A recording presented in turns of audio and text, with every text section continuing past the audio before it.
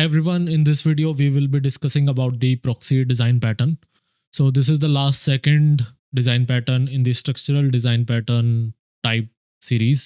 तो इस वीडियो में हम proxy design pattern के बारे में basically पढ़ रहे होंगे. Let's start with the definition as usual. So proxy is an structural design pattern. So ये structural design pattern है that lets you provide a placeholder or another object. So placeholder for another object. So एक object है actual और उसके लिए ये as a place holder का काम कर रहा है. So this might be a proxy, this might be actual object. तो एक तरीके से जो भी रिक्वेस्ट आ रही होंगी वो प्रोक्सी के थ्रू आ रही है और ये इसका as a placeholder work कर रहा है. A proxy control access, so this is very important. So I will just mark it.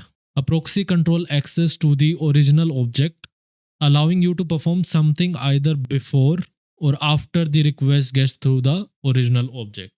तो मान लो अगर आपको यहाँ पे आपके पास एक प्रोक्सी ऑब्जेक्ट बना दिया हमने और हमारे पास एक एक्चुअल ऑब्जेक्ट है उसके पीछे. अब आपको कुछ भी कोड लिखना है वो आप प्रोक्सी के अंदर लिख सकते हो. बिफोर, तो मान लो आप प्रोक्सी कहीं यहाँ पे एग्जीक्यूट कर रहे हो, यहाँ पे आप प्रोक्सी एग्जीक्यूट कर रहे हो लेट्स से. इसके पहले भी आप कुछ कोड लिख सकते हो और इसके बाद में भी आप कुछ कोड लिख सकते हो before calling the actual object, right. So इसका और आगे देख लेते हैं कि क्या एग्जाम्पल होगा. So before we jump into the proxy design pattern, एक बार ये देख लेते हैं कि प्रॉब्लम क्या है. So what is the problem that we are trying to solve with this piece of design pattern. So problem हमारे पास क्या है. प्रॉब्लम कुछ ऐसी है कि let's say there is a third party library. So there is a third party library जिसका हमारे पास कोड का कंट्रोल नहीं है. So no code control we have. या फिर जिस पे हमें कंट्रोल को मैनेज करना है. दो ऑप्शंस हो सकते हैं, कंट्रोल को मैनेज भी करना पड़ सकता है आपको. तो थर्ड पार्टी एक लाइब्रेरी है, उसमें कुछ पीस ऑफ कोड रिटर्न है and let's say there is a function called get details, right. और इसको एक नाम भी दे देते हैं कि ये प्रोडक्ट सर्विस है. मान लो हमने अमेजोन की एक SDK इंटीग्रेट करी है जो हमें प्रोडक्ट की डिटेल्स देती है, राइट. और अब हम ट्राई कर रहे हैं कि इस मेथड को कॉल करने का and this takes around 2 seconds. तो ये 2 सेकेंड ले रहा है टू एग्जीक्यूट क्योंकि यहाँ पे डेटाबेस पे कॉल जा रही है या अमेजोन की किसी सर्विस पे कॉल जा रही है. तो हमें क्या करना है, हमें एक चीज़ ये करनी है कि कोई भी अगर इस पीस ऑफ कोड को थर्ड पार्टी को कॉल कर रहा है तो उसको हमें कैश करना है. तो हम प्रोडक्ट को कैश कर सकते हैं bye it's product ID. Let's say मैं प्रोडक्ट आईडी से उसको फैच कर रहा हूँ. So I want to somehow cache this particular result कि प्रोडक्ट 1 के अगेंस्ट ये डिटेल है, प्रोडक्ट 2 के अगेंस्ट कुछ और डिटेल है एंड सो ऑन. सो अगर मेरे को ये कैश करना है, वन ऑप्शन वुड बी कि आप हर एक पीस ऑफ कोड में जाके जहाँ पे भी आप क्लाइंट इसका यूज़ कर रहे हो वहाँ पे लिख रहे होगे कि I want to cache this, और कैशिंग का कुछ ना कुछ आप हर जगह पे वो लॉजिक लिख रहे होगे which is very much code and ideally it should be inside the third party library. But अगर नहीं है for any reason, so what you can do is you can build your own proxy. So आप अपनी एक proxy build कर सकते हो. What that proxy will do is, let's say this is the proxy. तो आप जब भी इस थर्ड पार्टी को कॉल कर रहे हो आप इस proxy के थ्रू उसको कॉल करोगे.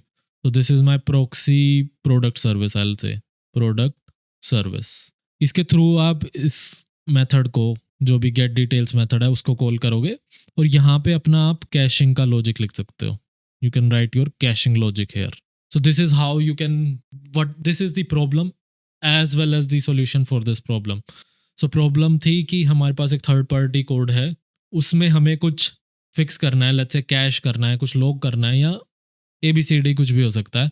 एंड वी वांट कि मेरे जो डिफरेंट प्लेसेस ऑफ कोड है मेरी रिपोजिटरी में, मैं वो हर जगह ना लिखूं बल्कि मैं एक प्रोक्सी में लिख लेता हूं ताकि जो भी एक्सेस हो रहा होगा मेरे एक्चुअल ऑब्जेक्ट पे वो मैं कंट्रोल कर पाऊँ किसी तरीके से. So that's why I have written a proxy over that third party service. I hope the problem and solution is clear.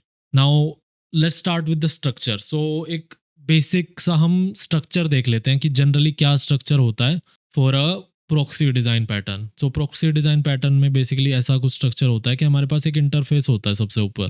If I talk about code, so interface हो सकता है something like product service, if we take the same example, right. उसके बाद हमारे पास इसकी कुछ implementations आती हैं, which could be like real product service and इसमें एक्चुअल पीस ऑफ कोड होगा, तो इसके अंदर एक मेथड हो सकता है गेट डिटेल्स, और एक और हमारे पास होगा जो होगा proxy, which will be proxy product service. So proxy product service के अंदर क्या होगा, एक गेट डिटेल्स तो होगा ही आपका, जो इसको कॉल कर रहा होगा बेसिकली इंटरनली, और आप इसके साथ एक ऑब्जेक्ट होल्ड करके रखोगे ऑफ रियल प्रोडक्ट सर्विस। सो एक रियल प्रोडक्ट सर्विस का एक ऑब्जेक्ट भी होगा। तो जब भी आप इसका गेट डिटेल कॉल कर रहे हो तो यहाँ पे आप कैशिंग कर सकते हो, लॉगिंग कर सकते हो, फिर आप लेट्स से अपनी रियल प्रोडक्ट सर्विस यूज़ करा, रियल प्रोडक्ट सर्विस डॉट को आपने कर दिया गेट डिटेल्स को, राइट, और आपने यहाँ पे दोबारा कुछ लॉगिंग करी, ये कैश का जो भी रिजल्ट आया वो आपने सेट कर दिया, caching result. So right, this is the basic structure of how your general proxy design patterns look like. तो ये उसका एक स्ट्रक्चर हो जाएगा। Now let's look at the code. So code से स्टार्ट कर लेते हैं। We have created an interface, product service. Product service के अंदर मेरे पास get detail method है that takes a product ID. फिर मेरे पास एक real product service है जो implement कर रही है product service को। I am overriding the get details method. I am just trying to simulate here API call. So मैंने एक थ्रेड डॉट स्लीप लगाया हुआ है 500 मिली सेकेंड का, and I am returning the product details. तो उसमें मैं कुछ नहीं, बस एक स्ट्रिंग रिटर्न कर रहा हूँ with the product ID। Next मैं एक प्रोडक्ट सर्विस प्रॉक्सी क्रिएट कर रहा हूँ which also implements the product service. Next हम एक प्रोडक्ट सर्विस रख रहे हैं जो कि रियल प्रोडक्ट सर्विस है, प्लस हम एक मैप रख रहे हैं फॉर कैशिंग दी आइटम्स। तो हम एक इन मेमोरी मैप बेसिकली रख रहे हैं for caching. Here you can use Redis or anything in production environment. Next what we are doing is कि हमने प्रोडक्ट सर्विस प्रॉक्सी का एक कंस्ट्रक्टर लिया और डिपेंडेंसी इंजेक्शन यहाँ पे हम यूज़ कर रहे हैं, जैसे कि हमने सॉलिड प्रिंसिपल में देखा था why it is important. If you haven't seen that video that is in the playlist below. फिर हम कैश को अपना इनिशियलाइज करके एम्प्टी सेट कर रहे हैं। Then I have overrided the get details method. उसके बाद मैंने यहाँ पे कंप्यूट इफ एब्सेंट यूज़ करा हुआ है मैप के अंदर। सो कंप्यूट इफ एब्सेंट जब रन होता है जब आपको वो की नहीं मिलती। सो अगर वो प्रोडक्ट ID की नहीं मिलेगी तो गेट डिटेल्स फंक्शन कॉल होगा, उसका जो भी रिजल्ट होगा वो सेट हो जाएगा प्रोडक्ट ID के ऊपर, right. I have created a proxy demo. So this is the client code main method. Product service मैंने क्रिएट करी which is a real product service, और एक मैंने प्रॉक्सी का ऑब्जेक्ट क्रिएट करा। अब मैं एक प्रोडक्ट ID ले रहा हूँ 1 2 3, और एक मैं टाइमर लगा रहा हूँ बेसिकली कि start, and I am calling that particular real service. So proxy service के थ्रू ही मैं कॉल करूँगा उसको, और प्रोडक्ट ID पास कर रहा हूँ, और मैं सेकंड टाइम वो फिर से कर रहा हूँ। 2 बार इसलिए कर रहा हूँ ताकि मैं चेक कर पाऊँ कि मेरी कैशिंग इज़ वर्किंग फाइन और not. So let's try to run this piece of code. So upon running what we will get is, let's try to run it manually, or I'll open it again. Now let's run it. So product details of ID 1 2 3, time taken is 512। सो 500 मैंने मिली seconds यहाँ दिए थे, and उसने कुछ ऊपर भी time लिया है तो 512 मिली सेकेंड्स। एंड नेक्स्ट टाइम जब मैं उसको गेट करने जा रहा हूँ तो सिर्फ 1 मिली सेकेंड यहाँ पे लग रहा है। So this was all about the proxy design pattern. If you have any doubt, do comment in the comment section, and please like and subscribe to the channel, and thank you.